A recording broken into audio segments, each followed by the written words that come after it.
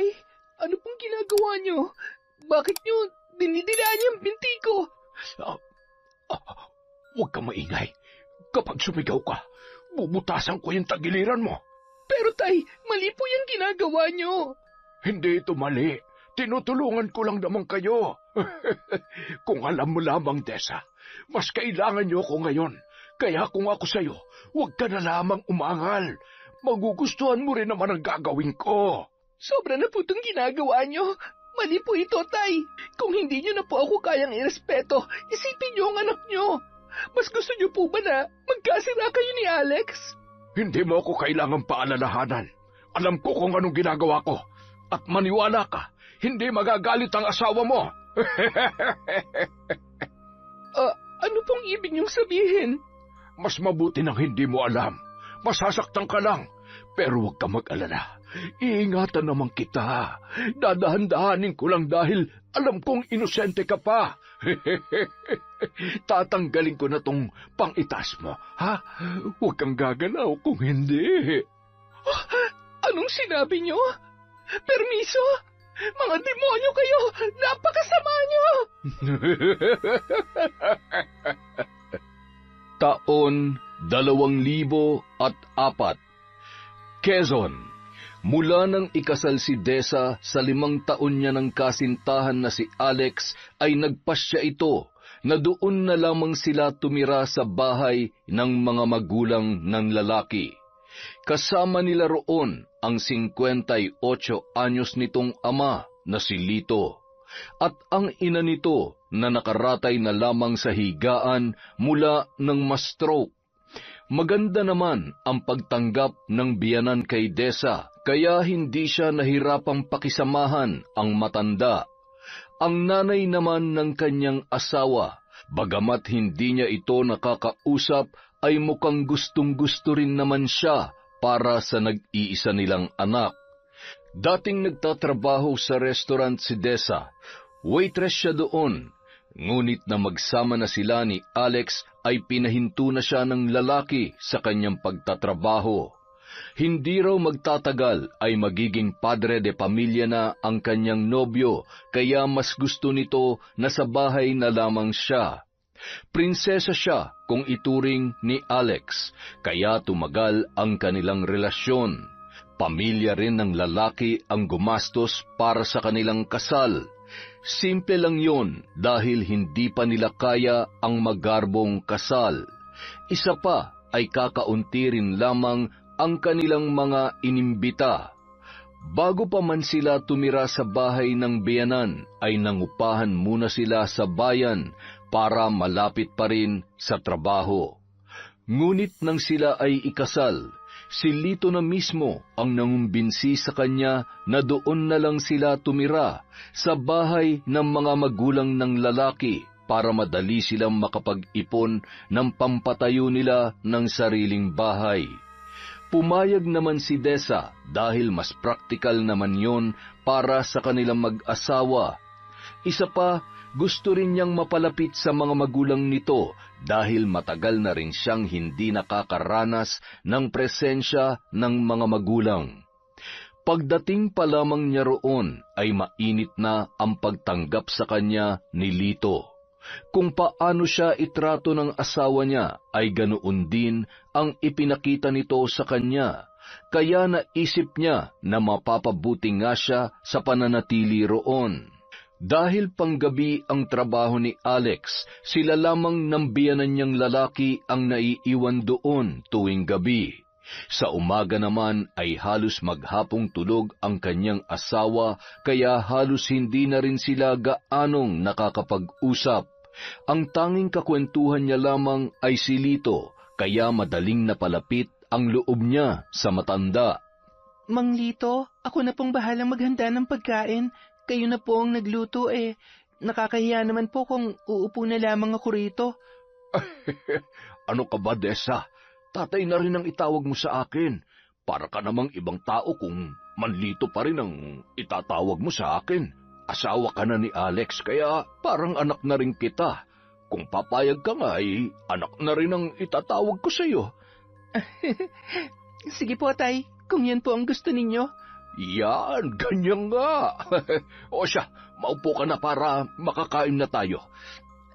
Salamat po sa pagluluto nyo ng hapunan, Tay. Sa susunod, ako naman po ang magluluto para makatikim naman po kayo ng lutong Kapampangan. Ay, sus, ayos lang naman kahit hindi ka magluto. Pero gusto ko rin matikman ang luto ng iba. Sa tagal na kasi naming magkasama rito ng misis ko ay ako lagi ang nasa kusina.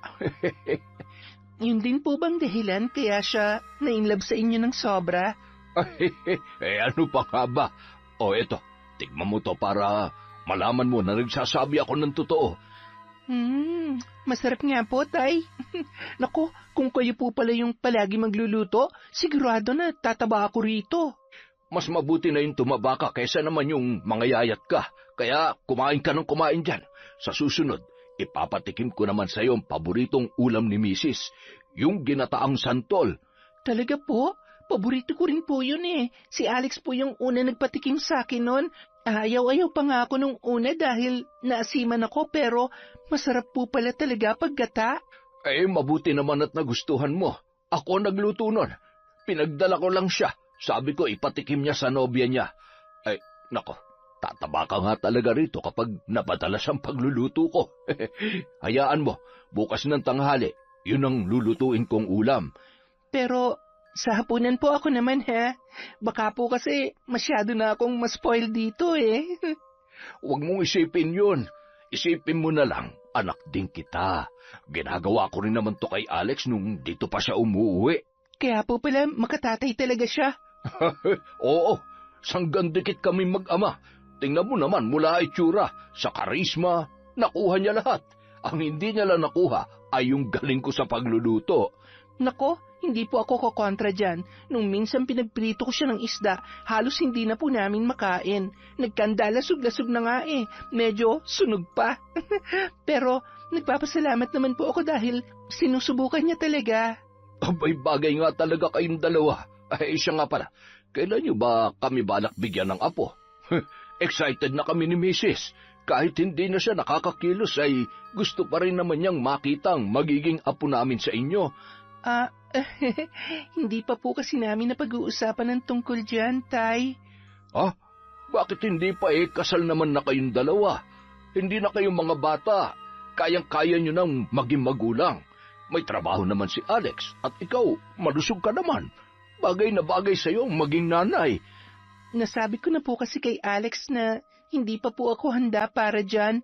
Bakit naman? Teka, huwag mong sabihin wala pa nangyayari sa inyo ng anak ko. Ganun na nga po. Mabuti kung ganon. Po?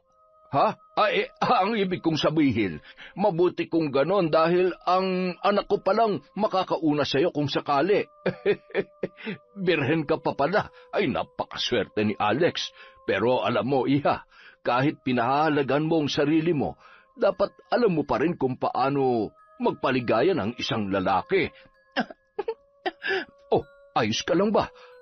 Ayos lang po ako. Medyo nagulat lang po ako sa sinabi ninyo. Jesus, bakit ka pa magugulat? Hindi ka naman na bata. Nasa tamang edad na kayo ng anak ko. Hindi na nga po ako bata pero naiilang po ako na pinag-uusapan ng tungkol dyan eh. Siguro po, pag-uusapan na lang namin ni Alex sa susunod kapag meron na po kaming plano. Nakakatuwa talaga kayo. Nung panahon namin, hindi na namin pinag-uusapan yan. Magtatalik lang naman kayo at kayo lang naman ang makakakita sa isa't isa. Kung nahihiya kayong gawin yun dito sa bahay, dahil nandito kami ng misis ko, kaya naman naming magpanggap na wala kaming naririnig o napapansin. Pero kung gusto mo, makikisali ako. Hindi, biro lamang yun. Hindi po yata magandang biro yon, Tay. Ito naman, biro nga lamang yun eh. Huwag mo namang seryosohin. Tsaka, masanay ka na sa akin. Mapagbiro talaga tong tatay nyo. Pero, huwag ka mag-alala. Ligtas ka rito. Ako mismo ang puprotekta sa'yo. Bakit po? May mga masasamang loob po ba rito sa inyo? Kahit saan lugar naman, hindi nawawala ang ganoon. Pero, hindi mo naman kailangan mag-alala dahil wala naman magtatangkang manakit sa'yo rito. nasabi na ba sa'yo ni Alex na barangay tanod ako? Nako, baka hindi mo alam. Kinatatakutan ako ng mga sigarito. Kapag may away, palaging ako yung tinatawag nila para umawat kasi alam nila na sa akin lang makikinig ang mga siraulong yon. Magaling po pala talaga kayo. Ay, syempre naman. Hindi lang sa pagiging tanod, pati sa... Mas mabuti po siguro kung kumain na lang tayo, Tay. Ang sarap pa naman po ng niluto niyang ulam. Lalamig na po ito kapag hindi pa tayo kumain. Ay, oo nga, tama ka. Pasensya ka na ha. Napasarap lang ang pagkukwento ko. Hindi nagustuhan ni Desa ang naging paraan ng pagbibiro ni Lito sa kanya. Bagamat maaga siyang naging independent, ay alam niya kung paano disiplinahin ang sarili kahit walang gumagabay sa kanya, kaya hindi niya nagagawang magbiro o makisakay sa ganoong klase ng biro. Nakakabastos yun para sa kanya, ngunit pinalampas na lamang ni Desa yon para hindi sila magkaroon ng samaan ng loob, lalo na't kalilipat lamang nila ni Alex sa bahay ng kanyang mga magulang. Sa mga sumunod na araw ng pananatili ni Desa sa bahay ng kanyang biyenan, nakaramdam na siya ng hiya dahil wala siyang maitulong sa gastusin doon. Sinabihan naman siya ni Alex na hindi niya kailangang magtrabaho dahil ito na ang bahala sa mga gastusin sa bahay. Pero naisip niya na hindi naman masama kung kahit papaano ay tutulong pa rin siya. Naisipan niyang magluto ng mga kakanin at ilako yun sa kanilang lugar. Pinayagan naman siya ni Alex at binigyan din siya ng pampuhunan para magkaroon ng libangan. Naisip kasi ng lalaki na baka naiinip din siya sa bahay, kaya pumayag na yon na gawin ang kanyang gusto. Gabi pa lamang naghahanda na ng mga lulutuin si Desa at madalas na tumutulong sa kanya si Lito kahit na tinatanggihan niya ito. Hanggang sa hinayaan na lamang niya ang matanda sa pag-aakala na nais lamang nitong makatulong sa kanya. Ngunit isang araw, nangyari ang kanyang kinatatakutan. Matapos ang pagtitinda ay nagpresenta siyang magluto ng ulam para sa kanilang pananghalian. Habang nagluluto si Desa ay bigla na lang lumapit si Lito sa kanyang likuran at pasimpleng yumakap sa kanyang baywang. Kumusta yung panglumpiang gulay mo? Patikim nga. Nako, Tay, makakalimutan yung pangalan nyo kapag natikman nyo yan. Talaga? At, Tay, pakitanggal naman po yung kamay nyo sa bewang ko. Ay, Jesus, para naman akong ibang tao sa iyo, anak na nga ang turing ko sa iyo, hindi ba? Wala namang mali siya to, kaya hayaan mo na. Pero Tay, hindi po maganda na basta-basta na lamang po kayo nangahawak kapag ginusto ninyo. Paano po kung may ibang makakita sa atin tapos ibang iisipin? Bakit ba kasi lahat na lang ng gawin ko binibigyan mo ng mali siya? Dahil hindi nyo naman po dapat ginagawa yon. Hindi po yun normal. Sa bagay, ganyan talaga kapag wala pang karanasan. Lahat na lang minamasama. Darating ka rin naman sa punto na pagsasawaan ka ng anak ko. Nakakabastos na po kayo, ha? Naririnig niyo po ba ang sarili niyo? Hindi na po maganda yung lumalabas sa bibig niyo, Tay. Masyado ka kasi maarte. Maganda ka nga pero wala ka naman silbi. Simpleng obligasyon mo lang bilang asawa hindi mo pa magawa. Ano ba mahirap doon? Hihiga ka lang naman at bubuka ka sa harap ng anak ko. Ganyan lang po ba kababa ang tingin niyo sa aming mga babae? Kaya nga po gusto kong maghanap buhay para magkaroon din ako ng silbi rito Hindi ba't sinabihan ka na ng anak ko na hindi mo na kailangan magtrabaho? Pero nagpupumilit ka pa rin. Ano, may gusto kang patunayan? Na mas magaling ka sa anak ko? Hindi yun ang silbi mo kaya kanya pinakasalan. Bigyan mo siya ng anak. Yun ang obligasyon mo bilang asawa. Bakit po ba kasi pinapangunahan yung pagkakaroon namin ng anak? Kung siya nga, hindi ako minamadali Tapos kayo, grabe kayo kung makapagsalita. Hindi naman po kayo ganyan sa akin nung una. Ang hina mo naman kasi. Malamang mahal na mahal ka ng anak ko kaya hindi ka niya pinipilit. Pero ako, bilang ama niya, alam na alam ko kung anong gusto niya kaya ako na mismong magsasalita para sa kanya. Mabuti ho kung alam niyo ang gusto niya pero kami pa rin na magdedesisyon kung kailan kami magkakaanak. Tay naman, ayoko ho na magkaroon tayo ng samaan ng loob habang nandito kami ng asawa ko. Kaya kung pwede sana, wag na lang kayo makialam sa mga desisyon namin bilang mag-asawa. Bakit ba takot na takot ka magpabuntis sa anak ko? Baka naman wala ka talagang kakayahan na bigyan siya ng anak. Malusog ho ako at sigurado ako ron kaya alam ko sa sarili ko na wala akong problema. Yan naman pala eh. Walang dahilan para patagalin niyo pa. Gusto ko na magkapo. Hindi naman po yung ganong kadali. Hindi po kami makakabuo ng isang gabi lang tapos may maglalakad na kinabukasan. Alam mo, kung hindi pa kaya ng anak ko, ako na lang ang gagawa. Bakit niyo ako tinulak sa pader, Tay? Nakakasakit na kayo, ha? Kung kinakailangan, idikit pa kita dyan sa sinasandalan mo. Gagawin ko para hindi ka na makagalaw. Alam mo, unang kita ko pa lang sa'yo. Gustong gusto ko nang gawin to. Nahawakan ka na ba ni Alex dito? Ang bango-bango mo. Tay, wag. Wag niyo pang gawin sa akin to. Maawa naman kayo. Shh! Hindi mo naman siguro gugustuhin mag-eskandalo, hindi ba? Ano na lang ang sasabihin ng mga kapitbahay natin kapag narinig ka nila sumisigaw? Kahit sabihin mo na may ginagawa ako sa'yo, hindi ka nila paniniwalaan. Ako mas kilala nila at sa akin sila mas maniniwala. Kaya para hindi yun mangyari, hayaan mo na lamang akong hawakan ka ng ganito. Ang kinis-kinis mo talaga. Tay, wag po. Isipin niyo naman po si Alex. Asawa ko po ang anak ninyo. Huwag niyo pong gawin sa akin to. Huwag kang mag-alala. Mabilis lamang to, Desa. Tay, maawa po kayo. Ang mabuti pa tumalikod ka. Tao po? Tao po? Anak ng wisit na babaeng yun ah. Ngayon pa talaga. Hoy, Lito, alam kong nandyan ka sa loob. Lumabas ka dyan. Ay, ikaw, dito ka lang. Huwag kang lalabas. At kapag dumating mamaya si Alex, huwag ka magsusumbong sa kanya. Kung hindi, malilintikan kayong dalawa sa akin.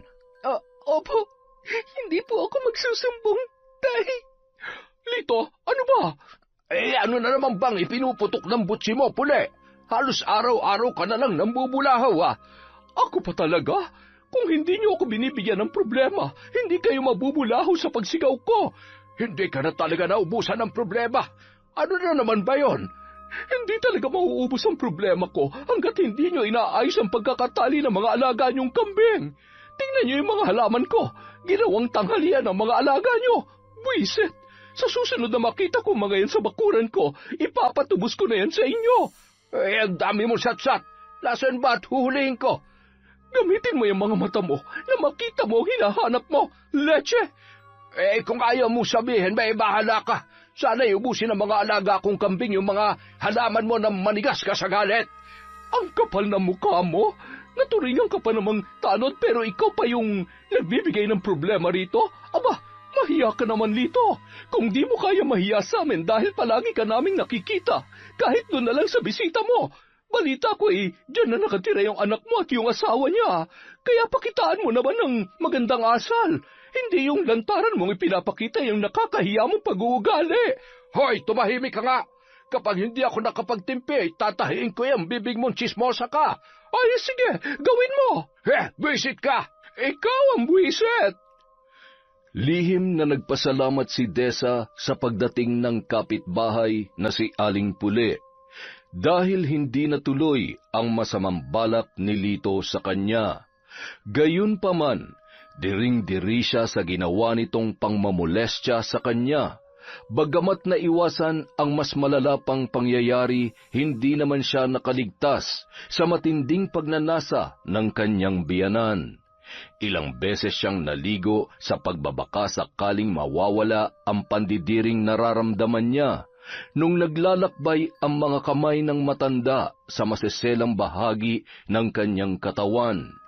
Ngunit sadyang hindi ganoon kadali na mawala yun sa isipan ni Desa. Dahil sa takot na hiwalayan ni Alex na masyadong malapit sa ama, ay inilihim na lamang ni Desa ang nangyari. Kahit anong paliwanag pa ang kanyang gawin, siguradong hindi siya papaboran ng kanyang asawa.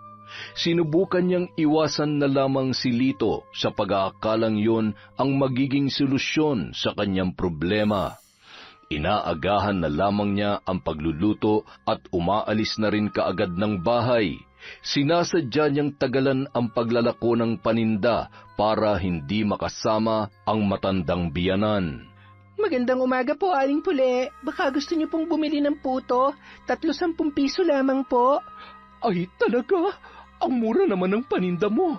Sulit na yung 10 piso ko rito. Ang lalaki ng puto. Hindi ka ba nalulugi rito, Ineng? Hindi naman po. Naku, ang galing mo naman. Ay, teka, pabili ako. Halagang 20 pesos.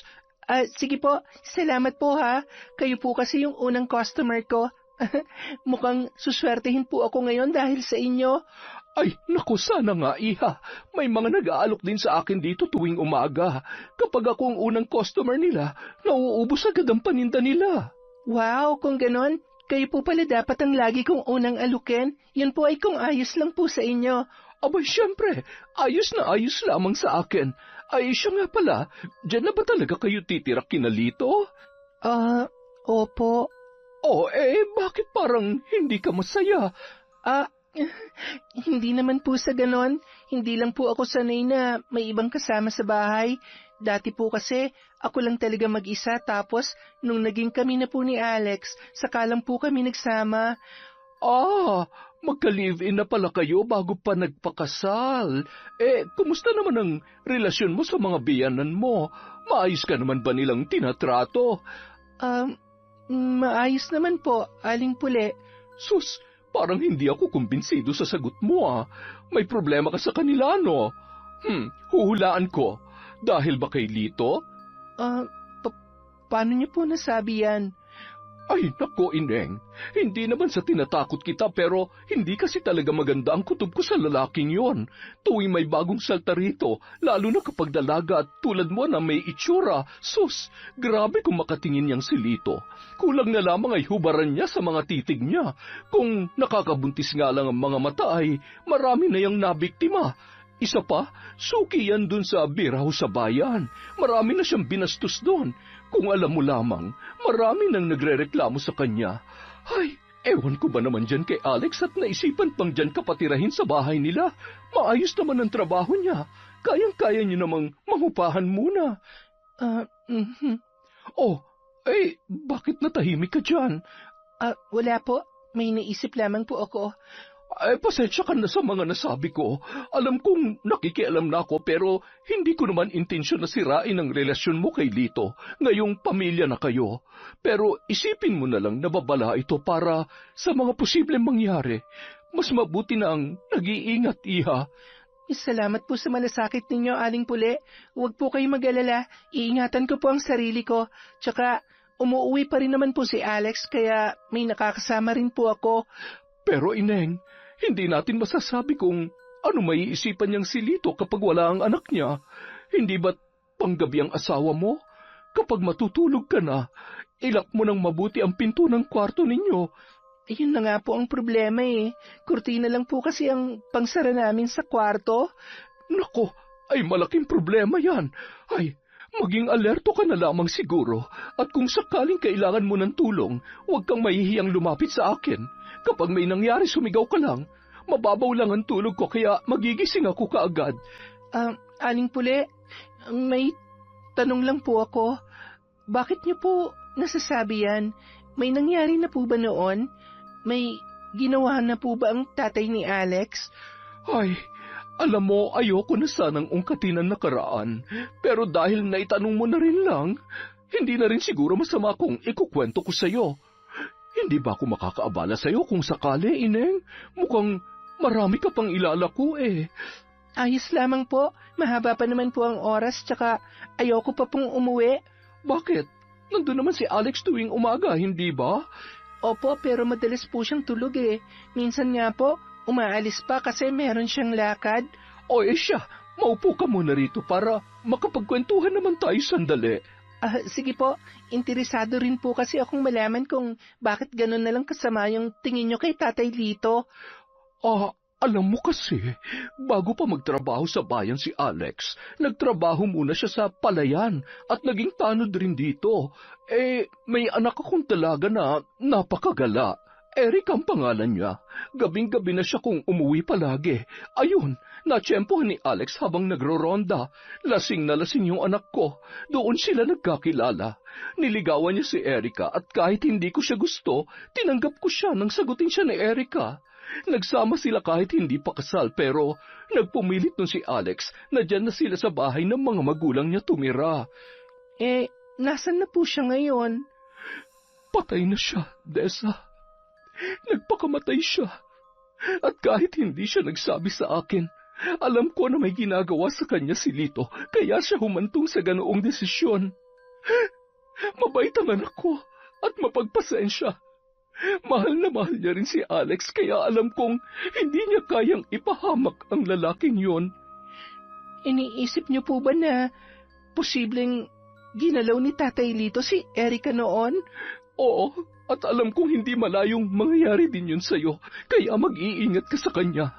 Kahit ngayon palang kita nakausap, nararamdaman kong mabuti kang tao. Sana hindi maging dahilan yun para hayaan mong pagsamantalahan niya ang kahinaan mo. Lumaban ka sa kanya kung kinakailangan, iha. Naging laman ng isip ni Dessa ang mga sinabing yon ni Aling Pule. Buong akala niya ay nag-iisa lang sa buhay ang matanda. Isa pa, masama ang pagpapakilala rito ni Lito dahil sa pagiging reklamador sa mga kapitbahay.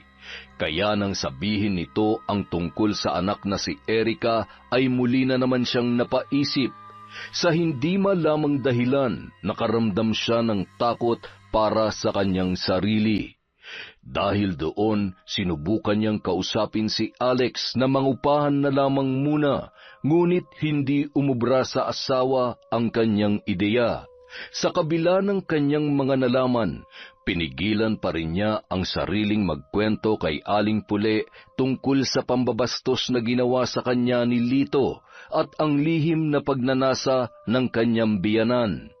Pinili niyang hindi yun ikwento dahil batid niyang magiging malaking kasiraan yun sa pamilya ng kanyang asawa.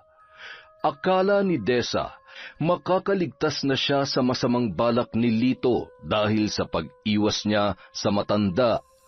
Ngunit isang gabi, nagising na lamang siya nang maramdamang tila may mainit na bagay na dumadampi sa kanyang mga binti.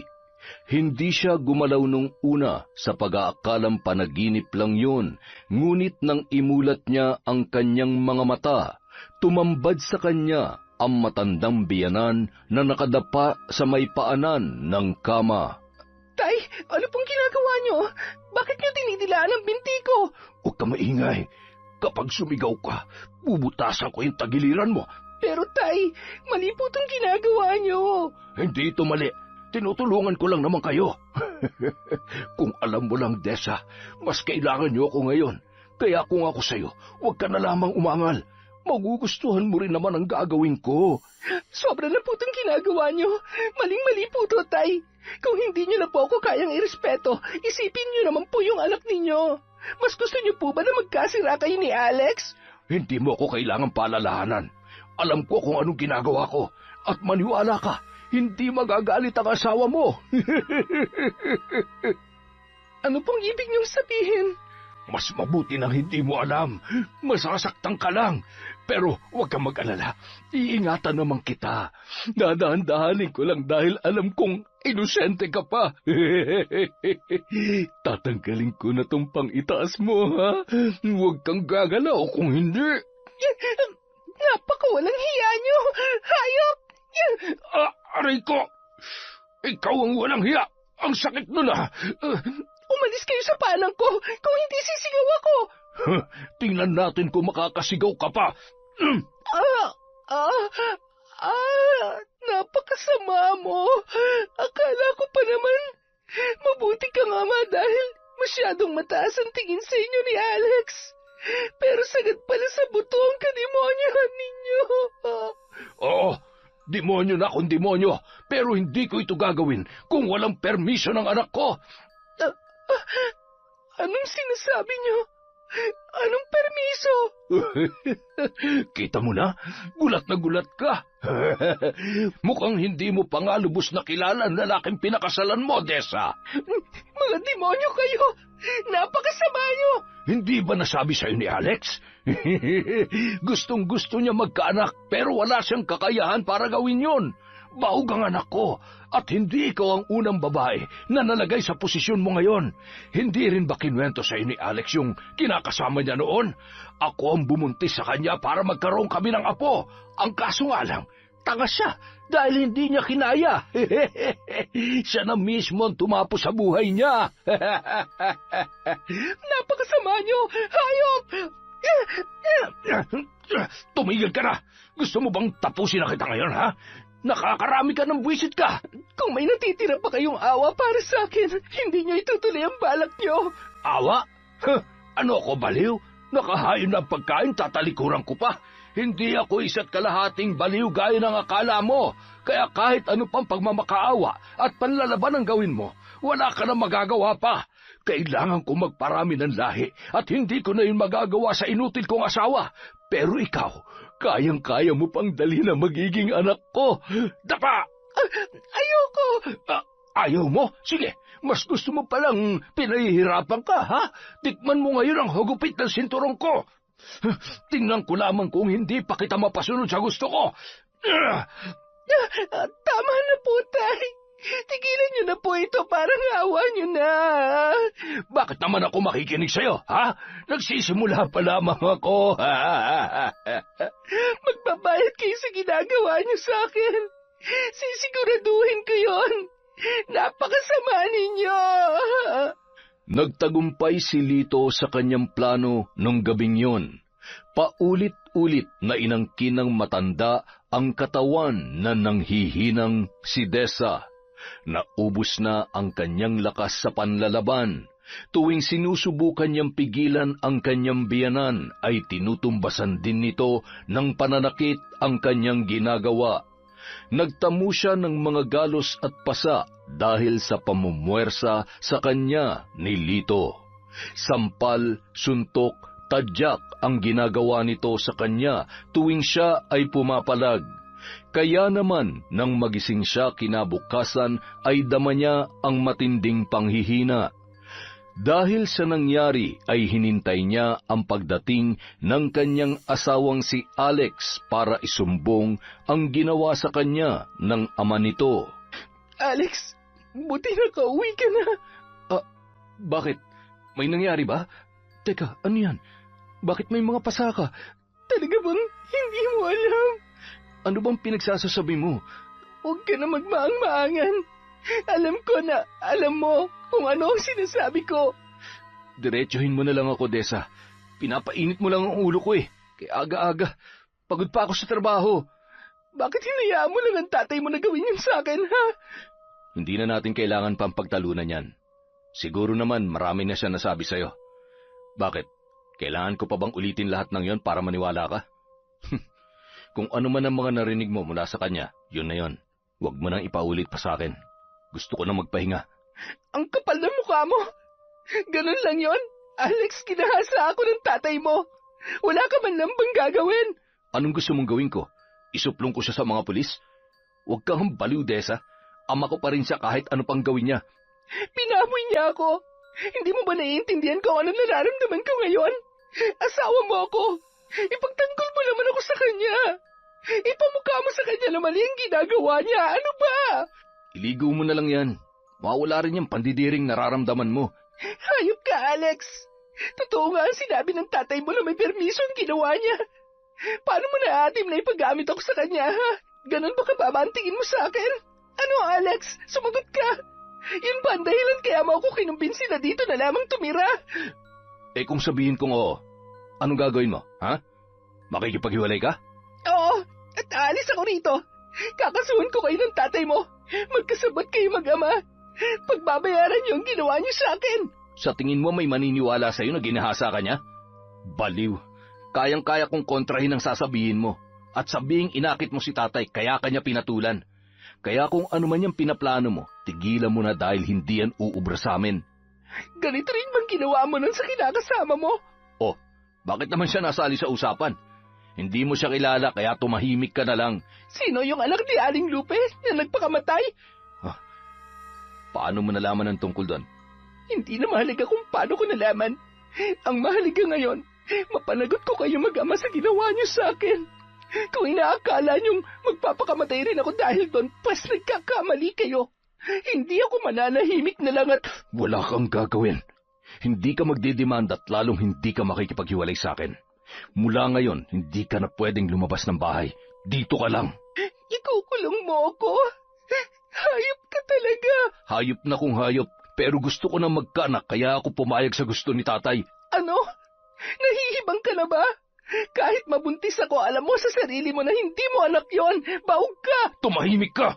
Sa ginawa mo, mas lalo mo lang pinatunayan sa akin na isa kang inutil. Anong sinabi mo? Sa susunod na marinig ko pa yan mula sa'yo, sisiguruhin kong hihiwalay tong anit mo sa ulo mo. Bitiwan mo nga yung buhok ko. Ano pa? Huwag mo akong matakot-takot dahil, hindi ako natatakot sa inyo mag-ama. Ganon. Hindi ka pala natatakot, ha? Sige, halika. Bitiwan mo ako. Alam mo, kaya ka nasasaktan dahil masyadong matigas yung ulo mo. Ayoko sanang gawin sa ito pero nagmamatigas ka pa rin. Kaya pasensyahan na lang tayo. Sa susunod, huwag ka na lang lumaban nang hindi ka nasasaktan. Ay, pagod na nga ako sa trabaho. Sakit ka pa ng ulo. Tumingin ka sa akin. Nakikita mo ba tong lubid na hawak ko? Igagapos kita rito sa kwarto para hindi ka na magkaroon ng pagkakataong makalabas dito. Si tatay nang bahala magpakain sa'yo at kung ano man ang gusto niya, wag na wag mong tatanggihan kung gusto mo pang mabuhay ng matagal. Matapos igapos, pinabayaan na lamang ni Alex ang kanyang kaawa-awang asawa. Nadagdagan pa ang mga pasa ni Desa dahil sa panlalaban niya tuwing lumalapit sa kanya si Lito. Naulit pa ang panggagahasa ng matandang biyanan at ginagawa pa yon sa kanya habang nakagapos sa kama. Ngunit ang pinakamasakit sa lahat na nangyari ay ang natuklasan niya na hindi pala mapagkakatiwalaan ang taong kanyang pinakasalan. Sa halip na siya ay protektahan nito, siya pa mismo ang naglapit sa kanya sa matinding kapahamakan. Lumipas ang mahigit 1 buwan at tuluyan na ngang nagdalang tao si Desa. Dinadala niya noon sa kanyang sinapupunan ang anak ng taong bumaboy sa kanya, na nais namang ituring na anak ng kanyang asawa. Pakiramdam niya noon ay para lamang siyang isang hayop na inanakan at yun lamang ang kanyang pakinabang. Hindi na siya muli pang nakalabas ng bahay, lalo na nang lumaki na ang kanyang tiyan. Ngunit noong 4 na buwan na siyang buntis, muli na naman siyang nakaranas ng matinding pang-aabuso. Sa pagkakataong yon ay mas malala pa ang kanyang pinagdaanan. Pinagtulungan siya ng mag-amang Lito at Alex. Halos ikamatay niya na ang kababuyang ginawa ng mga yon sa kanya. Dahil doon, nakunan si Desa. Namatay ang sanggol na nasa kanyang sinapupunan. Sa halip na kaawaan ay siya pa ang sinisi ni Lito sa pagkawala ng bata at nakaranas pa siya ng matinding pambubugbog bilang parusa sa nangyari. Halos ikamatay na ni Desa ang pananakit na yon ni Lito. Samantala, dahil nagsususpecha na ang kanilang kapitbahay na si Aling Lupe ay naalarma na rin ang mag-ama, kaya gumawa na ng paraan ang mga yon kung paano siya ididispatcha. Igapos mo na yan. Bilisan mo. Kailangan na natin mailabas ang katawan niya habang wala pa mga tao sa labas. Sigurado po ba kayong wala ng pag-alagala ng ganitong oras, Tay? Baka nakakalimutan mong barangay tanod ako rito. Alam ko kung kailan wala ng pag-alagala pa sa labas, kaya sigurado kung wala na makakakita sa atin. Saan ba natin dadalhin si Desa? Buhay pa siya, Tay. Di sa lugar kung saan siya maaaring mamatay. Alam mo naman siguro kung saan ang bahay ng kinatatakutang mambabarang dito, hindi ba? Doon natin siya dadalhin. Yung sinasabi nilang may lahi ring aswang? Oo, anak. Sariwa pa ang dugo ni Desa nang makunan siya, kaya sigurado kong hindi siya makakaligtas sa matandang yon. Sa ganun paraan, hindi na natin siya kakailanganin pampatayin dahil may iba nang gagawa noon para sa atin. Iba ka talagang mag-isip, Tay. Kaya bilib na bilib ako sa iyo eh. Basta huwag ka lang magpapatalo sa konsensya mo, ha? Dahil kapag pinairal mo ang emosyon mo, lalo na sa ganitong pagkakataon, ikaw rin mismong magpapahamak sa sarili mo. Ay, teka, umamin ka nga. Nagdadalawang isip ka ba sa gagawin natin? Hindi po, Tay. Tsaka wala naman akong magagawa kung kailangan na nating i-dispatch si Desa. Sayang nga eh. Mahal ko pa naman siya, pero nung sinabi niyang isusuplong niya kayo sa pulis, bigla nagpantig yung tenga ko. Hindi ko kayang ipahamak kayo, Tay. Kaya tama lang yan sa kanya. Pasalamat na lang siya dahil kahit papano naawa pa tayo sa kanya at hindi natin siya dito pinatay. Tama. Kung mamamatay man siya sa kamay ng mambabarang na yon, posibleng hindi niya namamalayan. Pabor pa sa kanya pag nagkataon. At kapag may naghanap sa kanya, alam mo na kung sino ituturo at ididiin natin. Kahit walang ebidensya, siguradong maniniwala sa atin dahil para sa mga taga rito, salot ang mambabarang na yon. Kung ganun bilisan na po natin, Tay. Igapos mo na mabuti at busalan mo ang bibig niya para hindi makasigaw. Oh, kunin mo itong sako. Kasyang-kasya si Desa rito. Pakihawak na lang po, Tay, para maipasok ko itong katawan niya sa sako. Ayan, kasyang-kasya naman pala eh. Magmumukha lang tayong may dalang basura nito. Oh, ikaw ang bumuhat dyan. Magmamasid-masid na lang ako sa paligid, ha? O siya, halika na. Hindi tayo pwedeng mag-aksaya ng oras. Tay, tulungan niyo muna ako. Hindi ko to kayang ipasa na mag-isa sa balikat ko. Ang bigat eh. O siya, sige. Bumaba ka ng konti para maipasan ko to sa'yo. Ang bigat nga talaga nito, ha? O ako nang mauna. Titingnan ko muna kung may tao sa labas. Sige ho, Tay. Oh, ayan, pwede ka nang lumabas. Dahan-dahan lamang, ha? Tay, paano kung may mauna pang makakita kay Desa kaysa dun sa mambabarang na sinasabi nyo? Hindi kaya mas mabuti kung patayin na natin siya ng tuluyan at hayaan na lang natin yung matanda na mag-dispatch siya sa bangkay niya? May punto ka rin naman dyan, anak. May dala ka bang patalim dyan? Wala, Tay. Hindi ko na naisip kanina sa pagmamadali eh. Ay, hayaan mo na. Maghanap na lang tayo ng batong ipupukpok sa ulo niya para matuluyan na talaga yan. Ako na ang gagawa. Sige po, Tay. Bilisan na po natin. Nang malapit na sila sa bakanteng palayan, kung saan malapit ang bahay ng kinatatakutang mambabarang sa kanilang barangay, ibinagsak ni Alex ang katawan ni Desa sa lupa. Naghanap naman ng bato si Lito para sana ipupukpok sa ulo ng babae. Ngunit habang naghahanap ang matanda ay biglang natigilan ang mag-ama nang makarinig sila ng kaluskos sa di kalayuan. Dahil madilim, hindi nila agad na aninag kung ano yon. Ngunit maya-maya lamang unti-unti nang luminaw ang kanilang nakikita. Kaagad na napaatras ang dalawa. Kitang-kita ang pamumutla ng mag-ama habang nakatitig sa kanila ang malaking aso na animoy handa silang atakihin anumang oras.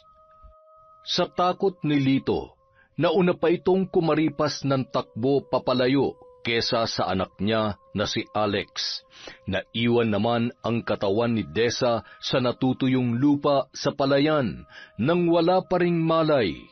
Tumayo sa tabi ng sako ang aso at saka yun inamoy-amoy. Ilang sandali pa ay nagpakawala ito ng sunod-sunod na alulong. Tanda na may isang buhay na nawala ng gabing yon. Nang makalayo ang mag-ama, sakalang noon lumabas ng bahay si Felicia. Nakaagaw pansin sa kanya ang sakong dala ng isang lalaki. Hindi niya alam kung ano ang laman noon, ngunit inutusan niya ang alagang aso na lumabas para takutin ang mga ito. Nang masigurong wala ng tao sa paligid, naglakad ang matanda papalapit sa iniwang sako sa bakanteng palayan. May naririnig siyang tibok at mahinang paghinga ng isang babae, kahit ilang hakbang pa ang layo noon sa kanya. At nang tuluyan ng mabuksan ang sako, na puno ng pagkabahala ang kanyang muka nang makita ang babaeng duguan sa loob nito. Napagtanto ni Felicia na naging biktima ng pang-aabuso ang babaeng kanyang nasagip. Halos buong katawan nito ay puno ng galos at pasa. Ngunit ang pinaka-nakaagaw ng kanyang atensyon ay ang dugo sa pagitan ng mga hita. Mukhang nakunan ang babae. Hindi niya mapigilang makaramdam ng awa dahil hindi yun nalalayo sa pinagdaanan niya noong bago pa man siya maging isang mambabarang.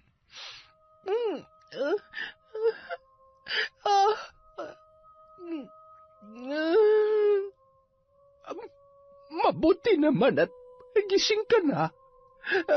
Sino ka? Nasaan ako? Anong lugar ito? Huwag kang matakot.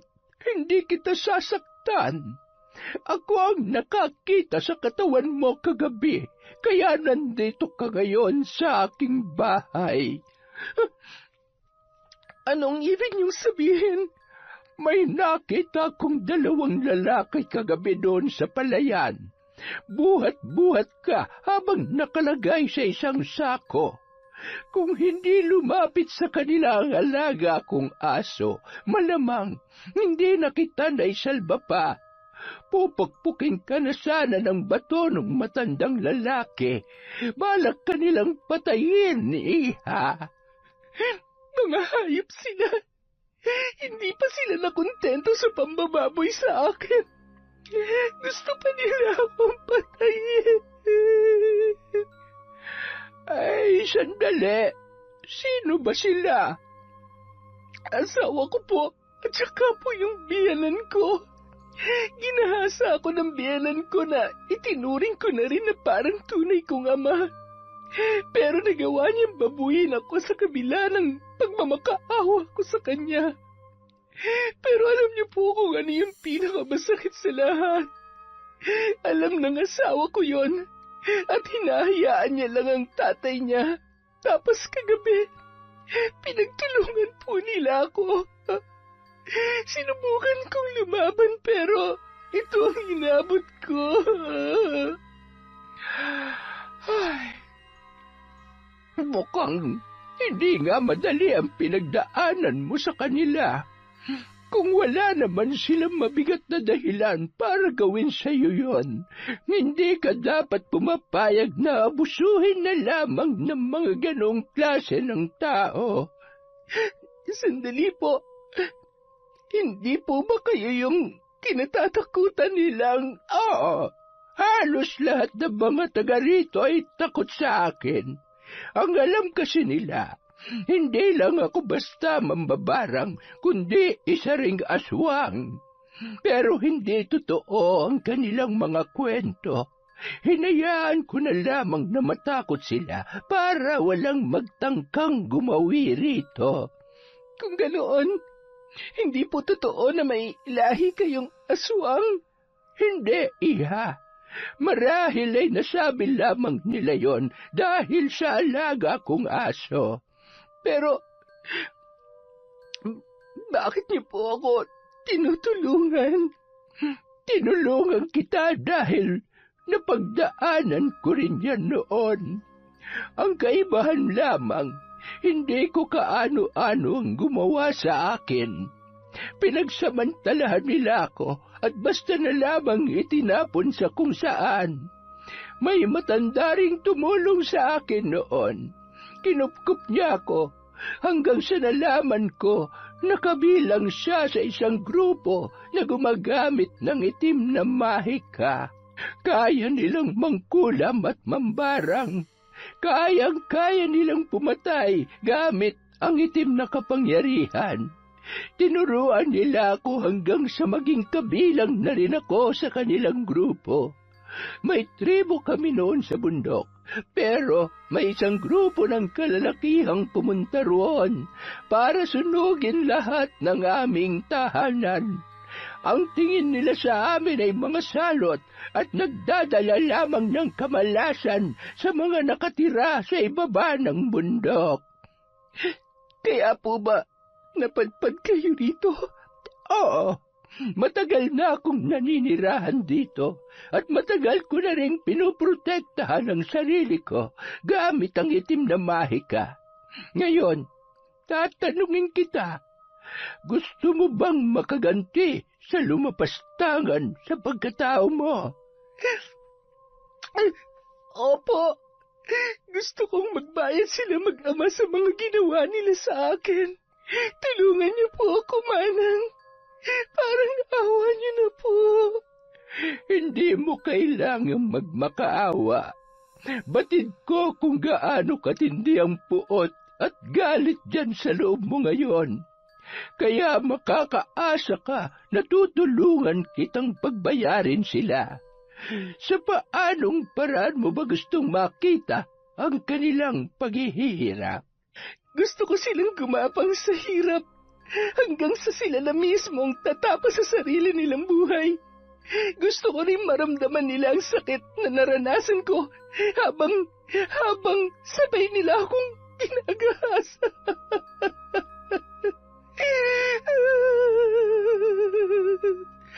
Mangyayari ang gusto mo, Iha. Ngunit kakailanganin ko ang dugo mo para simulan ang pagpapahirap sa kanila. Gawin niyo po ang lahat ng kailangan niyong gawin. Papayag po ako sa kahit na anong ipagawa ninyo, Manang. Basta maparusahan lamang po silang mag-ama.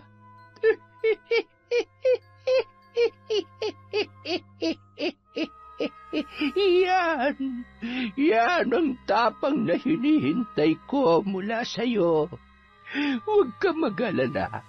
Sa gagawin ko sa kanila, hindi na nila magagawa pang muling lumigaya. Ay, teka, sandali. May kukunin ako. Heto. Ano po yan? Laman ng garapong ito ang mga alupihang ginagamit ko sa pambabarang. Mga alaga ko sila.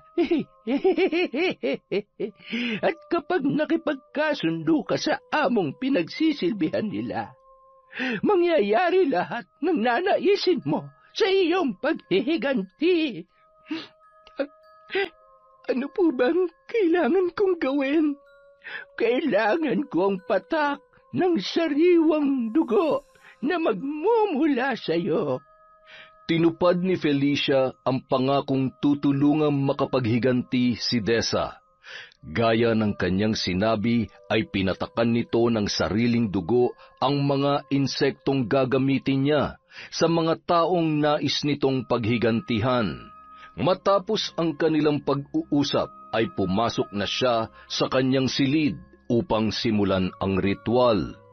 Hindi niya sinunog ang hinubad na damit ni Desa dahil magagamit niya ang dugo mula sa inosenteng buhay na nawala sa babae dahil sa isang makamundo na pagnanasa. Kinagabihan, naghahanda na sa pagpasok sa trabaho si Alex nang makaramdam siya ng pagkirot ng ulo at bahagyang pagkahilo. Hindi siya nakapasok sa trabaho nang mas lumala pa yon sa mga sumunod na oras. At nang matutulog na siya sa kanyang silid, bigla na lamang siyang nakarinig ng mahinang iyak ng sanggol. Hinanap niya kung saan yon nanggagaling, ngunit wala naman siyang nakita. Nagpaulit-ulit ang iyak ng bata hanggang sa unti-unti itong maging isang nakakakilabot na tawa. Napaupo sa kama si Alex at naninigas ang katawan. Nagpalinga-linga yun sa paligid. Nang hindi pa rin mawala ang mga naririnig niyang ingay, ay pinilit na lamang niya ang sariling makatulog. Ngunit kahit anong pilit niya ay hindi yun mangyari. Maya-maya lang, tumambad sa kanyang paningin ang isang anino ng matandang babaeng nakatalikod sa kama. Kalong nito ang umiiyak na sanggol. Sino ka? Paano ka nakapasok dito? Oh, Alex, sinong kausap mo? Ayan tayo. Kanina pa nakatayo dyan yung babae. Kinakausap ko pero hindi naman sumasagot. Ano? Wala namang babae rito, anak. Tayo lang nga nandito sa kwarto mo.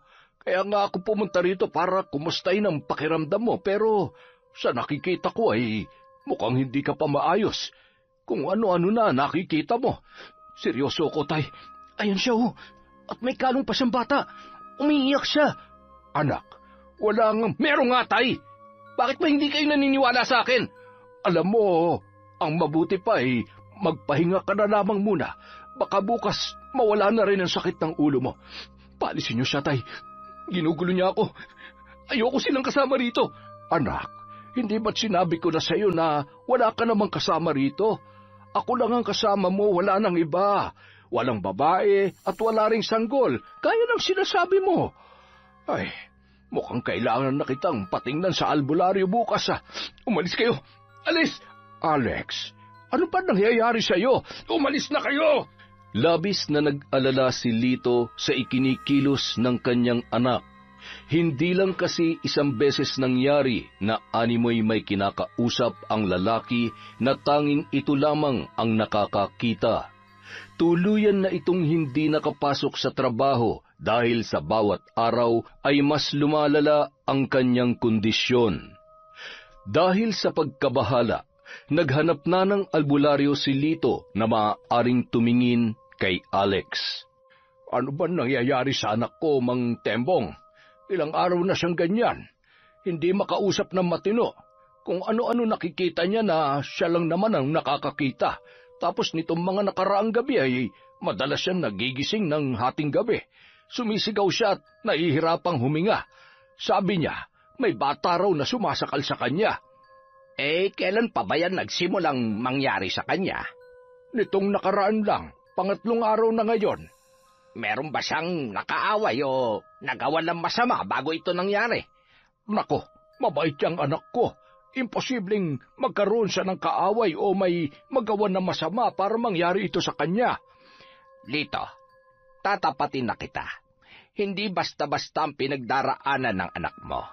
May bumabarang sa kanya. Malakas at matindi ang galit ng taong yon. Kaya isipin niyo kung sino ang maaaring gumawa nito. Barang? Sino namang... Ay, teka, hindi kaya... May naiisip ka bang maaaring magpabarang sa kanya? Wala. Lito, kung gusto mong maagapan ng maaari pang mangyari sa anak mo, kailangan mong magsabi ng totoo. Nasabi ko na sa inyo, walang nakaaway ang anak ko at wala rin akong kilala na galit sa kanya. Kung ganun, wala akong may tutulong sa inyo. Ay, teka, hindi nyo man lang ba aalamin kung sinong gumawa nito sa anak ko? Hindi ba't may kakayahan kayong ibalik ito sa gumagawa sa kanya? Pasensya ka na, Lito, pero alam ko may hindi ka pa sinasabi sa akin. At tiyak na makakahadlang yun sa panggagamot ko. Ngayon pa lamang ay pinapaalalahanan na kita. Simula pa lamang ito ng maaaring mangyari sa kanya. Anong ibig mong sabihin? May mas malala pang pwedeng mangyari sa anak ko? Oo, Lito. Kaya kung magsisinungaling ka pa rin sa akin, maaaring mawala sa iyo ang anak mo. Sa kabila ng naging paalala ng albularyong si Mang Tembong, mas pinili pa rin ni Lito na itago ang tunay na nangyari dahil batid niyang siya ang may kagagawan ng lahat. Wala siyang ibang naiisip na maaaring magpabarang kay Alex kundi ang asawa nitong si Desa. Hindi nila napatay ang babae kaya malaki ang posibilidad na nakaligtas ngayon. Ngunit ang malaking palaisipan sa kanya ay kung sino ang tumutulong sa kanyang manugang at kung bakit si Alex lamang ang ipinababarang nito, gayong higit siyang nagkasala kay Desa. Dahil tumanggi si Mang Tembong na gamutin si Alex ay walang nagbago sa kalagayan ng lalaki. Ngunit kinabukasan, nagulat na lamang si Lito nang may mapansing pagbabago sa kanyang katawan. Bahagyang umumbok ang kanyang tiyan at namaga ang kanyang pagkalalaki. Halos maluha si Lito nang subukan niyang umihi dahil wala namang lumalabas. Tuwing naglalakad din siya ay nararamdaman niya ang matinding kirot sa pagitan ng kanyang mga hita. Habang may dinaramdam, dumating pa ang isang trahedya sa pamilya ni Lito. Pumanaw na ang kanyang asawa. Binawian ito ng buhay habang natutulog. Ang hinala nila, bangungot ang kanyang ikinamatay. Dahil hindi makakilos, humingi siya ng tulong sa mga kaanak ng asawa para mag-asikaso sa burol nito hanggang sa pagpapalibing. Takang-taka naman ang mga ito nang makita ang kalagayan nilang mag-ama. Pare-pareho ng sinasabi ang kanilang mga bisita. May bumabarang daw sa kanila. At sa pagkakataong yun ay sigurado na siyang si Desa nga ang may kagagawan ng lahat. Unti-unti mo na silang sinisingil sa mga kasalanan nila sa iyo. Ano na nararamdaman mo ngayon? Masaya po ako na pinagbabayaran na nila ang mga nagawa nila. Hindi ka na ba talaga magpapakita sa kanila? Nabalitaan ko na namatay na ang biyanan mong babae. Nasabi mo sa akin na hindi siya kasali sa mga nanakit sa iyo. Gusto ko po sanang pumunta at magpaalam sa kanya kahit sa huling sandali. Pero iniisip ko rin po na baka saktan na naman ako ng biyanan ko. Hindi ka na niya magagawang saktan, Desa. Sa mga sandaling ito ay unti-unti na ring dumarapo sa kanya ang sumpa. Mahina na si Lito at wala na sa sarili ang kanyang anak, kaya't kahit lumapit ka sa kanila, wala na silang magagawa para muli kang saktan. Isa pa, hindi kita hahayaang pumunta roon nang walang proteksyon. Proteksyon? Oo. Proteksyon sa pamamagitan ng isang ritual. Habang nasa ilalim pa sila ng aking sumpa, magiging mahina sila sa harapan mo dahil mas malakas ang galit mo kesa sa kanila. Mas malalim at hindi basta-bastang madadaig ng galit nila sa iyo. Sa mga oras na ito, sigurado kong alam na nilang ikaw ang nagpabarang sa kanila, kaya asahan mong hindi magiging maganda ang inyong pagkikita. Mamayang hapon, isasagawa ko ang panibagong ritual para sa pagpapahirap ko sa mag-ama. Aling Felicia, kung hindi po sana kalabisan, maaari niyo rin po ba akong turuan kung paano niyo ginagawa ang pambabarang? Hindi basta-bastang naituturo ang paggamit ng itim na mahika. At hindi dahil hiniling mo ito ay magiging madali na lamang ang lahat para sa iyo. Ang katumbas ng kapangyarihang yon ay ang iyong kaluluwa. Handa po akong pagdaanan ng lahat, Aling Felicia. Kung kinakailangang isang lako ang kaluluwa ko, gagawin ko po. Mabuti kung ganon, ngunit kailangan mong maghintay.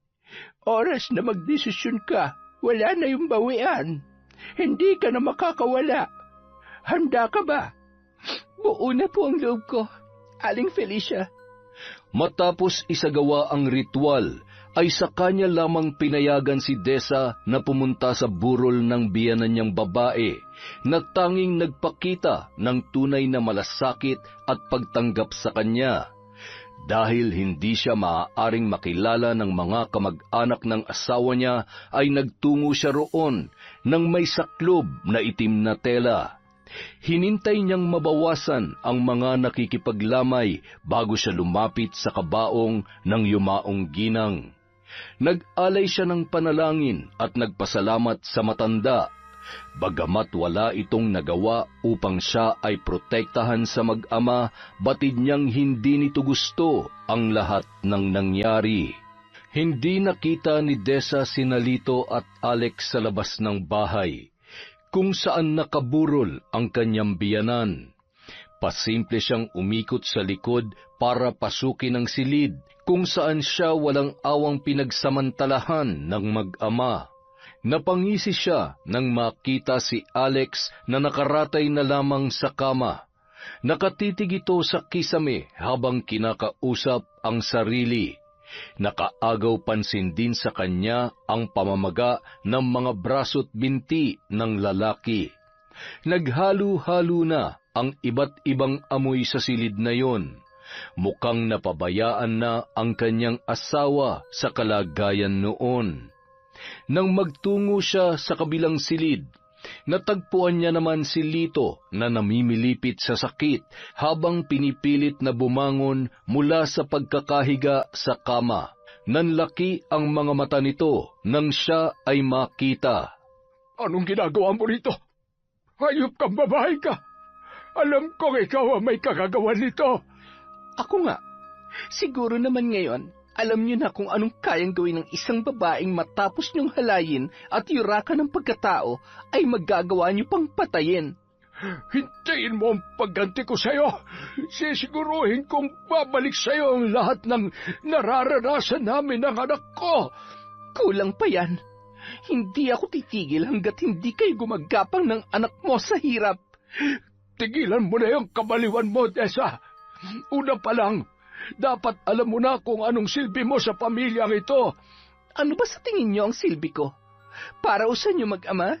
Laruan niyo tuwing nakakaramdam kayo ng matinding pangangailangan? Lalaki ako at may pangangailangan din. Bakit pa ako maghahanap ng ibang babae kung nandito ka naman? Hindi ka naman sana masasaktan kung pumayag ka na lamang sa gusto kong mangyari. Magdadalang tao ka at isisilang mo ang anak ko. Magkakaroon na kayo ng anak at magiging masaya na kayo ng asawa mo. Ganun lang sana kasimple ang lahat, pero lumaban ka pa. Talagang lalaban ako. Hindi ko hayaang magtagumpay kayo nang hindi ko man lang pinaglaban ang dignidad ko. Napakahayop niyo mag-ama. Dapat sa inyo, hinahatid na sa hukay. Hindi mo magagawa yan. Asawa mo pa rin si Alex. Nakita mo ba ang kalagayan niya? Hindi ka ba naaawa sa kanya? Mahal ka pa rin niya sa kabila ng lahat. Mahal? Pagmamahal ba ang tawag niyo sa ginawa niyo sa akin? Nababaliw ka na. Pumunta ako rito dahil nagbabaka sakali ako na nagsisisi na kayo sa mga kahiyupang ginawa niyo sa akin. Pero hanggang ngayon, mali pa rin ako ng inakala sa inyo mag-ama. Wala na kayong pag-asa kaya tama lang na pagdusahan niyo lahat ng naging kasalanan niyo. Hindi lang sa akin, kundi pati sa anak ni Aling Pule. Paano mo nalaman ang tungkol doon? Yan, ganyan din ang reaksyon ng anak niyo nang sinabi ko ang tungkol sa anak ni Aling Pule. Bakit? Anong ginawa niyo sa kanya, ha? Hinalay niyo rin ba siya at pinahirapan gaya ng ginawa niyo sa akin? Paano hindi? Pareho lang naman kayong uto-uto. Ang kaibahan niyo lang, pumayag siya na dalhin sa sinapupunan niya ang anak naming dalawa. Pero malay ko pa namang may balak din pala magpakamatay ang baliw na yon. Hindi na kayo naawa. Ilang taon nang nangungulila sa anak si Aling Pule pero hindi pa rin nabibigyan ng hustisya nangyari sa kanya. Ngayong alam ko na ang totoo, asahan niyo mas magiging mahirap pa ang pagpapahirap ko sa inyo. Tandaan mo yan! Matapos makipagsagutan sa matandang biyanan, nagpasya na si Desa na umalis doon. Masaya na siya na nakita mismo ng dalawa niyang mga mata kung paano naghihirap ang mag-ama. Habang pinagmamasdan ang dalawa, lalong-lalo na si Lito, wala siyang naramdaman ni katiting na awa at pagsisisi sa naging desisyon niya. Nang paalis na roon si Desa, hindi niya inaasahan na makakasalubong niya si Aling Pule. Nagulat ang ginang sa muli nilang pagkikita at bakas sa mukha nito ang matinding pag-aalala. Desa, ikaw ba yan? Kumusta ka na? Ang tagal na kitang hindi nakikita. Ayos ka lang ba? Ang mabuti pa, sumama ka muna sa bahay ko. Magkwentuhan tayo sandali. Pasensya na po, Aling Pule, pero kailangan ko rin pong umalis kaagad. Ay, teka, bakit? Hindi ba't nakaburol pa ngayon ang biyanan mong babae? Nandyan naman po ang mga kamag-anak nila. Sina Lito at Alex, parang hindi ko sila nakikitang lumalabas ng bahay Ano bang nangyari sa dalawang yon? Malalaman niyo rin ho kapag pumunta kayo sa kanila. Naku, hindi naman ako pumupunta dyan. Kanina nga lang ako pumunta kasi nakiramay ako sandali. Mabait kasing asawa ni Lito at magkasundo talaga kami noon bago pa man siya ma-stroke. Pero kung isa sa mag-amang yon ang nakaburol dyan, hindi ako pupunta. Ay, siya nga pala, may gusto sana akong itanong sa'yo. Nitong mga nakaraang buwan kasi, bago ka pa hindi magpakita parang narinig ko na sumisigaw ka. May nangyari ba? Ay, Diyos ko, sinasabi ko na nga ba? Tama po kayo, Aling Pule. Pareho kami ng pinagdaanan ng anak ninyo. Tulad ko, hinalay din siya ni Lito at hinayaan lang yun ni Alex. Hindi nga ako nagkamali ng hinala. Mga hayop sila. Binaligtad pa nila yung anak ko para hindi sila managot sa ginawa nila. Huwag na po kayo mag-alala. Mabibigyan na po ng hustisya ang pagkamatay ng anak ninyo. Anong ibig mong sabihin? Unti-unti na po nilang pinagbabayaran ng mga ginawa nila sa akin at saka sa inyong anak. Kaya ba hindi na nakakalabas ng bahay ang mag-amang yun? Opo, Aling Pule. Malalaman niyo rin kung ano nangyari sa kanila sa mga susunod na araw. Pasensya na po kayo kung hanggang dyan lang po ang pwede kong sabihin sa inyo. Kailangan ko na pong umalis. Mag-iingat po kayo rito. Mag-iingat ka rin, Ineng. Maraming salamat. Kung ano man ang ginawa mo para pagbayarin sila, tatanungin kung malaking utang na loob yon. Kung ano man po ang nararanasan nila ngayon, nararapat lang po yun sa kanila, kaya hindi niyo po kailangan tumanaw ng utang na loob sa akin. Sige na po, Aling Pule, aalis na po ako. Nang makaalis si Desa ay naiwan naman si Aling Pule na may matagumpay na ngiti sa mga labi. Masaya ang ginang na sa wakas ay may kumilos na upang mabigyan ng hustisya ang kanyang anak na naging biktima rin ni Lito at Alex. Sa huling gabi ng lamay, tuluyan ng nalaman ng mga kapitbahay at ilan pang mga nakakakilala kay Lito ang sinapit nito at ng kanyang anak na si Alex. Marami ang nalungkot sa nangyari, ngunit mas marami ang natuwa sa karmang inabot ng mag-ama. Matapos ilibing ang asawa ni Lito ay natagpuan itong nangangayayat na at kinakailangan ng gumapang sa sahig dahil hindi na siya makatayo. Kinumbinsi raw ito ng mga kamag-anak na magpadala na sa ospital nang matingnan ang kalagayan, ngunit tumanggi ang matanda. Marahil ay nahihiya sa kalagayan, lalo na't hindi na lamang basta na mamaga ang maselang parte ng kanyang katawan. Nang huling nakita si Lito ay may mga alupihan ng lumalabas sa kanyang tainga at bibig. Hinala ng mga kapitbahay, alupihan ang ginamit ng bumabarang sa matanda. Ngunit nagulat din ang mga nakakakilala sa mag-ama nang kumalat ang kwento na may mga uod na ring lumalabas sa ari ng dalawa. Tatay, anak, parang hindi ko na kaya. Ito na yata ang ikababatay ko. Hirap na ako. Wala pa rin ba kayong nakukuhang manggagamot? Hirap na rin ako sa kalagayan ko, tay. Hindi ko na maigalaw ang mga pako at yung... Hindi na ako makaihi, tay. Namamaho na ako rito. Bakit walang gustong tumulong sa atin? Iniwan na tayo ng mga kamag-anak natin, anak. Sa nanay mo lamang sila may pakialam. Yung iba naman, ayaw makialam dahil takot na madamay. Wala ring manggagamot ang gustong sumubok dahil masyadong malakas ang mambabarang na nakuha ni Desa. Pwisit na po ito para na tayong papasok sa impyerno. Tay, buti pa humingi na lang tayo ng tawad kay Desa. Magmakaawa tayo sa kanya. Baka sakaling gumaling pa tayo, Tay. At sa tingin mo, patatawarin ka ng babaeng yon. Matindi ang galit niya sa atin, Alex. Kahit lumuhod ka pa at lumuha ng dugo, hindi niya na tayo patatawarin. Baka nakakalimutan mo ang ginawa mo sa kanya. Halos patay mo na siya nung gabing inahanay natin siya. Kaya ganun na lamang ang galit niya sa atin. Nakausap niyo siya ng burol ni Nanay, hindi ba? Bakit hindi pa kayo humingi ng tawad sa kanya, Tay?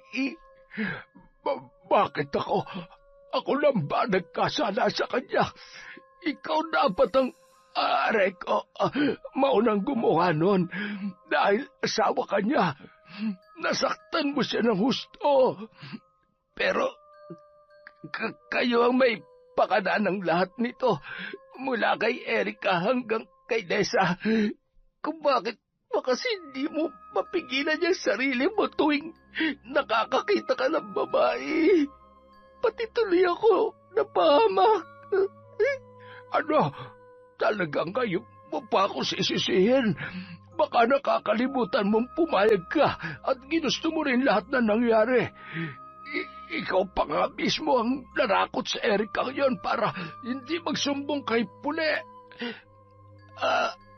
Pasensya na, Tay. Pero hindi ko na kayo masasamahan. Suko na ako, Tay. Ay, sandali. Alex, bitiwan mo yung kutsilyo. Huwag mong...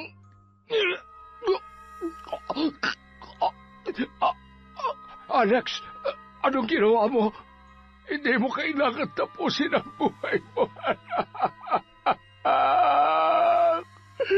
Huwag mo namang gawin sa akin ito. Anak ka.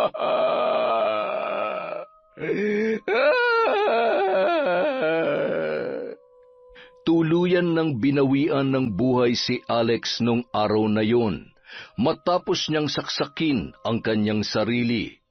Dahil sa paghihinagpis at hirap na nararanasan ni Lito, hindi na rin ito nagdalawang isip pang sundan ang anak.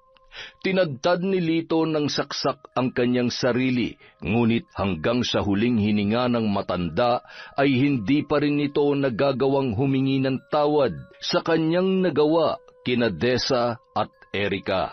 Aling Felicia, maraming salamat po sa lahat ng naitulong niyo sa akin. Nakamit ko na po ang hustisya sa mga ginawa nila, kaya tatanawin ko po itong malaking utang na loob. Kaligayahan ko na tulungan ka, Iha. Sana'y hindi dalhin ng iyong konsensya ang nangyari. Unang kita ko pa lamang sa'yo, alam ko nang mabuti ang puso mo, kaya sigurado ko na nalulungkot ka rin na kailangang buhay pa nila ang maging katumbas ng hustisyang hinahangad mo. Totoo naman po na nalulungkot din ako, pero naiintindihan ko po na kailangan mangyari yun sa kanila, hindi lang para sa amin ni Erika, kundi para sa mga taong posible pa nilang maging biktima. Pinarusahan lamang natin sila, pero sila pa rin ang tumapos sa sarili nilang buhay. Ay, mukhang yun na po talagang kapalaran nila, kaya wala na po tayong magagawa. Sa ngayon, ang magagawa mo na lamang ay ang ipagpatuloy ang buhay mo. Marami pang magagandang pangyayari ang darating sa iyo, kaya pasensya ka na kung ipagkakait ko sa iyo ang kaalaman tungkol sa itim na mahika.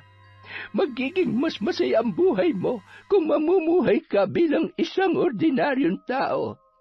Pero huwag mong kakalimutan na kapag kinailangan mo muli ang tulong ko, palaging bukas ang bahay ko para sa iyo. Maraming salamat po, Aling Felicia. Hindi ko po alam kung bakit salot ang tingin sa inyo ng ibang tao. Kung alam lang po sana nila kung gaano kabuti ang puso ninyo. Sigurado akong pagsisisihan nilang lahat ang mga iniisip nila sa inyo. Huwag mo nang intindihin yon. Sabi ko naman sa'yo, hindi ba? Mas tahimik ang buhay ko kung kinatatakutan ako ng mga taga rito. Kaya hindi mo ko kailangang alalahanin. Ay, siya nga pala. Ano nang plano mo ngayon? Saan ka napupunta? Maghahanap po sana ako ng bagong trabaho sa bayan. Kapag may trabaho na po ako, dadalaw-dalawin ko po kayo dito. Para naman po, umingi rin tong bahay nyo kahit minsan. Ikaw ang bahala. Kahit kailan, tanggap ka dito sa bahay ko. Labis ang pasasalamat ni Dessa kay Aling Felicia sa ginawa nitong pagtulong sa kanya, kahit na hindi naman sila magkadugo o magkakilala. Napatunayan ng babae na hindi nakabase sa pagkakakilala ng iba ang tunay na katauhan ng isang tao, at malalaman lamang ito kung kikilalanin mismo ang taong yun. Kaya sa kabila ng masamang tingin ng mga taga-barangay kay Aling Felicia, nanindigan si Dessa na mabuting tao ang matanda.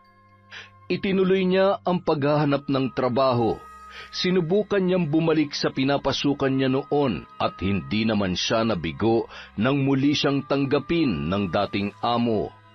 Gaya ng dati, nangupahan na lamang muna si Dessa sa bayan at makalipas lamang ang ilang buwan, nakakilala siya ng lalaki na muling nagpatibok ng kanyang puso.